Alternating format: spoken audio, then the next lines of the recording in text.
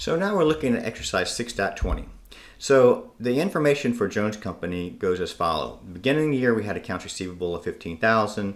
We had sales, it says all on account, meaning these are all credit sales. So these were all receivables at one point of $100,000. And then we collected some of those. So we had $70,000 that we collected. So let's just look at part A, prepare the journal entries. So we had the beginning of the year amount, the sales, and the collections. So looking at the journal entries, well, first journal entry is what do you do to update the accounts receivable account? Well, you don't need to because that's a permanent account.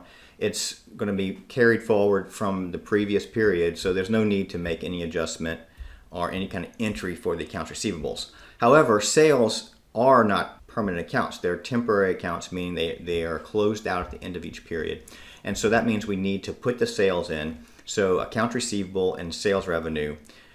And then later on we collected $70,000. So we collected cash and that reduced our accounts receivable by $70,000. So those are the journal entries. Okay, looking at part B. They want us to calculate the accounts receivable turnover ratio and days to collect receivables. So first of all, let's do the accounts receivable turnover ratio. So the formula is net sales divided by average receivables. So we know the net sales, $100,000. We need to divide that by the average receivables. So that means we need to take the beginning, which is $15,000, plus the ending, and then we need to divide that to get an average. Make sure if you do this, you use parentheses. Otherwise, you could get in trouble with the order of operations. So I did a little calculation up here, a little bit higher up, just to kind of show us. What was our ending? As you can see, it was $45,000, but how did I get that? Well, we started out with $100,000 in sales. We collected 70, so that means we had 30,000 in receivables for that year. We started with 15, and so that's how we ended with 45. So if you take 15 at the beginning, 45 at the end, and average that out, you get 30,000. And so if you take 100,000 divided by 30,000, you get 3.33 times. Turnovers ratios all have to do with the number of times something is turned over. And so the higher you have the turnover, the better. So turning over more times is better than turning over less times. And then the next part of this says to do the days to collect.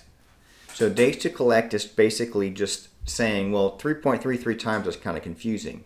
Why don't we turn it in number of days to collect the receivable? A lot of people are more familiar with that. And so all you do is you take the number of days in a year, divide it by the answer from the accounts receivable turnover ratio, and you get the number of days to collect on average. So if you do this, you get like 109.61, but that's basically 110 days.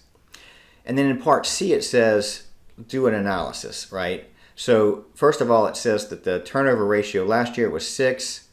This year it's a lot lower than that. That doesn't seem very good, since the higher the turnover ratio, the better. Another thing is most people would assume that 110 days is pretty long to collect on a receivable. Generally speaking, we know that's correct. However, you also have to know what industry you're in, because different industries may have different receivable collection periods.